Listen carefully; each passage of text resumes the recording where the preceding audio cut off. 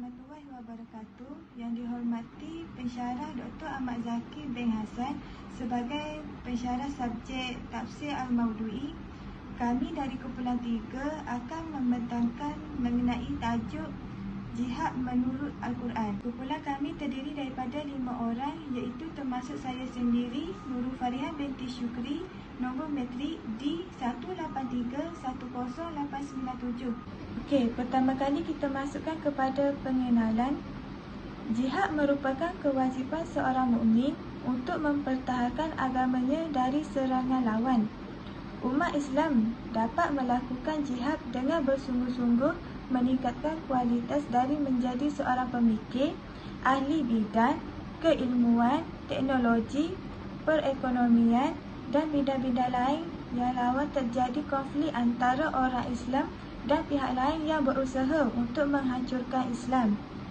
Perang menjadi jalan terakhir yang boleh dilakukan oleh seorang Muslim dalam menegakkan agamanya setelah jalan dakwah.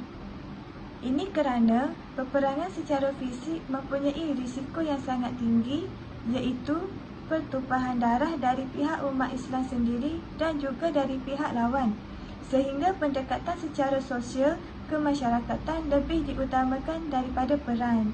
Okey, seterusnya kita pergi kepada definisi jihad menurut Al-Quran. Okey, jihad ni berasal daripada kata kerja iaitu jahada, yang bermaksud gigih berusaha dengan sepenuh jiwa raga sehingga mencapai matlamat jaya di jalan Allah. Manakala dalam Al-Quran pula berasal dari kata kasar iaitu jud atau jak.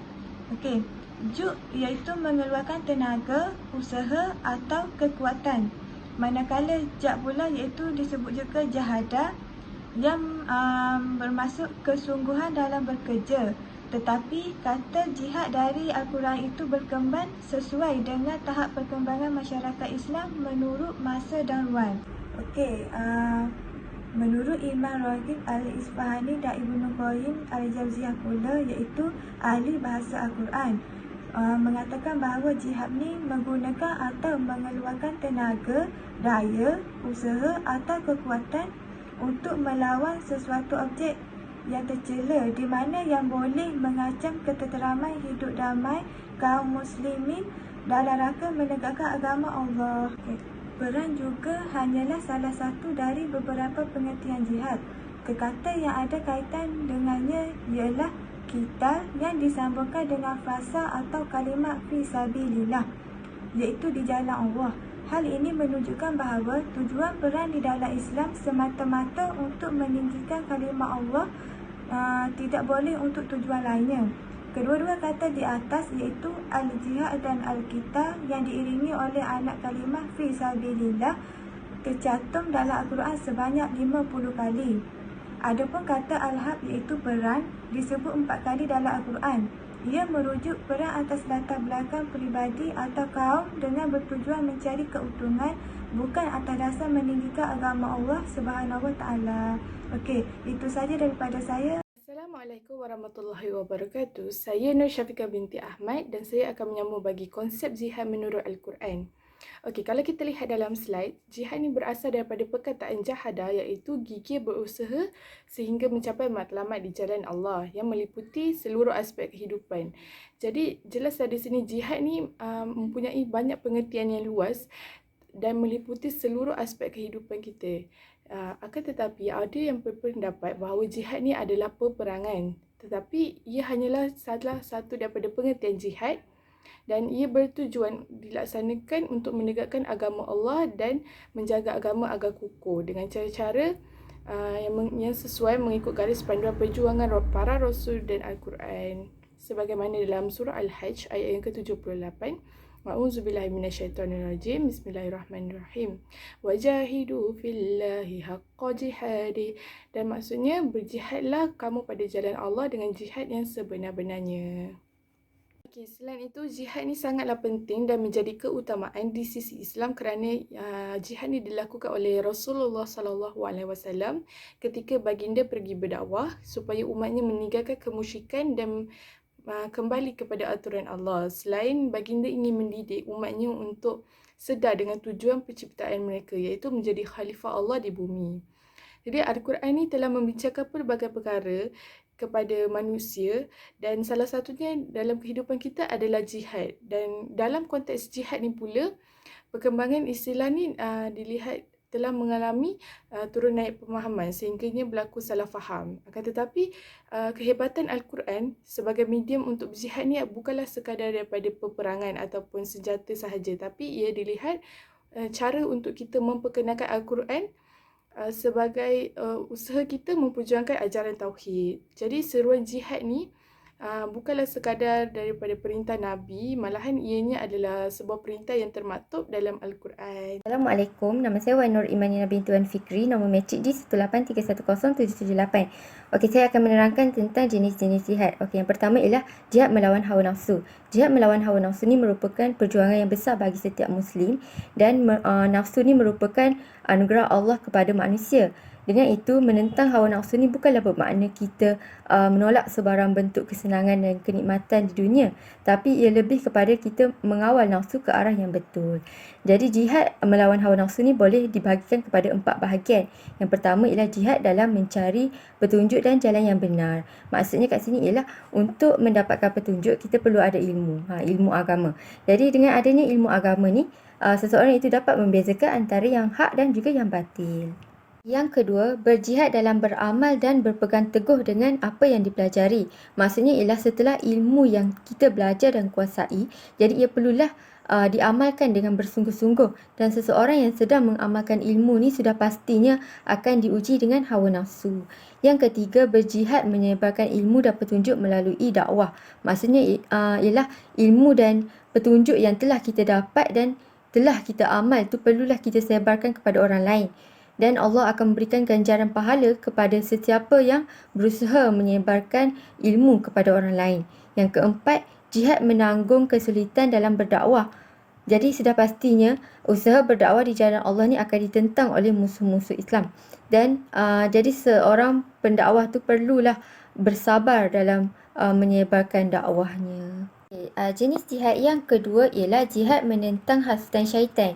Jihad menentang hasutan syaitan ni ialah usaha bersungguh untuk menghapuskan hasutan syaitan yang mendorong manusia melakukan perkara yang melampaui batas syariat yang telah ditetapkan oleh Allah. Jadi antara langkah ataupun cara untuk menentang hasutan syaitan ni ialah melalui yang pertama, berazam untuk melakukan perubahan diri. Yang kedua, sentiasa mengukuhkan hubungan dengan Allah, yakni melalui ibadat dan juga zikir. Yang ketiga, berpegang teguh dengan kebenaran. Yang keempat, bersama-sama dengan orang yang soleh. Maksudnya bergaul dengan orang yang soleh. Yang kelima, menggunakan neraca Allah dalam kehidupan. Yang keenam, memahami ilmu dan petunjuk agama. Jenis jihad yang ketiga ialah jihad menentang golongan yang memusuhi Islam. Perjuangan menentang golongan yang kufur kepada Allah dan yang sentiasa menghalang perkembangan Islam mengikut situasi tertentu. Okey, situasi yang dimaksudkan ialah pertama, ketika umat Islam tiada kekuatan. Maka jihad yang dilaksanakan ialah melalui lisan dan hujah terhadap golongan kafir agar hati mereka kembali kepada Islam. Okey, situasi yang kedua ialah ketika umat Islam mempunyai kekuatan. Apabila umat Islam mempunyai kekuatan dan kekuasaan pemerintahan yang sempurna dan mereka dihalang daripada menyampaikan dakwah secara aman, maka jihad melalui senjata dan ataupun berperang hendaklah dilaksanakan, dan jihad ini dinamakan Al-Qital. Bismillahirrahmanirrahim. Assalamualaikum warahmatullahi wabarakatuh. Saya Nur Sahira binti Saimi. Saya akan menjelaskan berkaitan peranan mujahid. Mujahid ini adalah individu yang melaksanakan jihad terhadap dirinya. Lepas tu selain tu, dia melaksanakan suruhan, menjauhi larangan Allah dan berjuang terhadap takdir Allah. Okey. Saya teruskan kepada antara peranan mujahid adalah menyebarkan salam ataupun damai. Perjuangan seseorang mujahid ini ialah menampilkan rasa damai dan sentosa, iaitu sakinah, dan muhibahkan yang merupakan matlamat Al-Quran. Ini dilakukan secara berdakwah, iaitu mengajak orang lain kepada Islam dan cara bijaksananya dialog yang terbuka. Okey, saya sambungkan terus kepada peranan seterusnya, iaitu memelihara keselamatan. Al-Quran juga menegaskan bahawa Islam adalah agama yang terakhir dan dianugerahkan kepada umat Nabi Muhammad SAW. Oleh itu, umat Islam hendaklah bersikap sederhana, iaitu ummatan wasatan, dan menjadi contoh khair ummah kepada seluruh kemanusiaan, seluruh umat, ya. Okay. Sekali, individu yang dikenali sebagai mujahid perlu melakukan amalan jihad tersebut dengan niat khusus terhadap Allah Subhanahu Wa Taala demi mempertahankan agama Islam. Assalamualaikum, saya Nurul Syahdatul Syakina binti Muhammad Izam. Saya akan membuat kesimpulan berdasarkan tajuk pembentangan kami. Memberi pengertian yang benar mengenai jihad memang tidak mudah sebagaimana apa yang ada pada zaman Nabi Muhammad SAW, iaitu dimaksudkan jihad itu selalunya bererti berperang. Sehubungan dengan itu, konsep jihad yang diungkapkan di dalam Al-Quran amat luas pengertiannya. Ianya bukan sekadar hanya berjuang di medan peperangan untuk menegakkan agama Allah semata-mata. Malah, jihad juga merangkumi perjuangan menegakkan amal ma'ruf dan nahi mungkar, jihad melawan nafsu, berjihad menyatakan kebenaran Islam, berjihad menghapuskan kezaliman dan penindasan, berjihad menentang musuh-musuh Islam dan sebagainya. Selain itu, jihad juga boleh diberi pengertian seperti jihad bermakna perjuangan dan usaha yang serius dan sejati ke atas diri sendiri dan juga masyarakat. Ia adalah suatu perjuangan untuk menyingkirkan ketidakadilan, penindasan dan kejahatan daripada masyarakat Islam. Perjuangan ini harus merangkumi aspek-aspek kerohanian, ekonomi dan politik. Jihad juga bererti berusaha gigih dengan membuat pekerjaan yang betul. Di dalam Al-Quran, jihad telah disebut sebanyak 33 kali. Ia sering dikaitkan oleh konsep-konsep yang lain seperti yang sering terdapat di dalam Al-Quran, contohnya seperti keimanan, penyesalan, perbuatan-perbuatan baik serta penghijrahan. Oleh yang demikian, jihad perlu diberi pengertian yang sebenar di samping melihat aulawiyatnya dan hendaklah mengikut situasi dan perkembangan masa kini kerana sifat Islam sesuai sepanjang zaman, tempat dan masa. Begitu juga jihad mempunyai pembahagiannya yang banyak yang perlu diberi perhatian yang khusus oleh pemerintah, para ulama, ibu bapa dan juga masyarakat.